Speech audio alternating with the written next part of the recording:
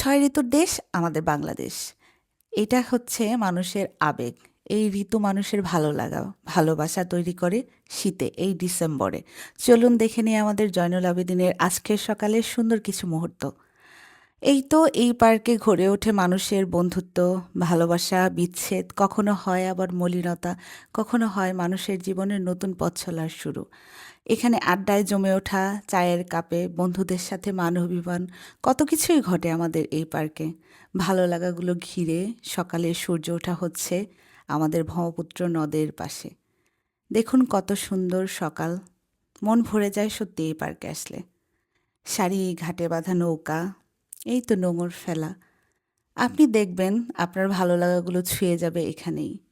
একটু সময় করে বেরিয়ে পড়ুন, নিজেকে সময় দিন, ভালোবাসুন নিজেকে। দেখবেন পৃথিবী অনেক সুন্দর। আমাদের শীতের সকালে আমরা পিঠা, চাপড়ি অনেক কিছুই খেয়ে থাকি। আমাদের বিশেষ করে ময়মনসিংহ এই জয়নুল আবেদীন উদ্যানে সবাই কিছু পিঠে খাওয়ার জন্যই আসে শীতের সকালে। তো এই তো ধোয়া ওঠা চিতই পিঠা, তার সঙ্গে ছিল শুটকি ভর্তা, চাপড়ি, চাপড়ির সঙ্গে ছিল ধনিয়া পাতা ভর্তা।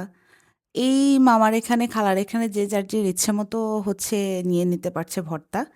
ওনারা কোনো কোয়ান্টিটি বেঁধে দিচ্ছে না। আপনি নিয়ে খেতে পারবেন। একদম ব্যাটবোর চত্বরের পাশেই। তারপর খেয়ে নিচ্ছিলাম ভাপা পিঠে। এটা আমার খুব পছন্দের একটি পিঠে। বিশেষ করে শীতকালে আপনি খেজুরের গুড়, নারকেল দিয়ে ভাপা পিঠা খাবেন, ওফ! জমেই যাবে। এই তো শীতের সকাল, কুয়াশা যেন আরও বাড়ছিল।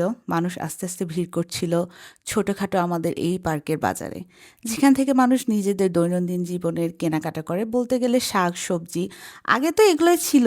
এখন মানুষ হচ্ছে বিভিন্ন জামা কাপড়, দৈনন্দিন জীবনে অনেক সামগ্রী নিয়ে বসে।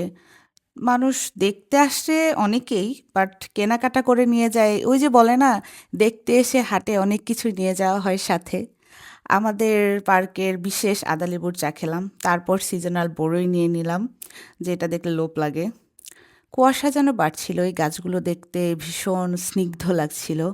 প্রাণ ভরে নিঃশ্বাস নিচ্ছিলাম এবং হেঁটে হেঁটে আমি এখানের মাঝে কিছু ক্লিপ নিয়ে নিচ্ছিলাম, যেগুলা না নিলেই নয়।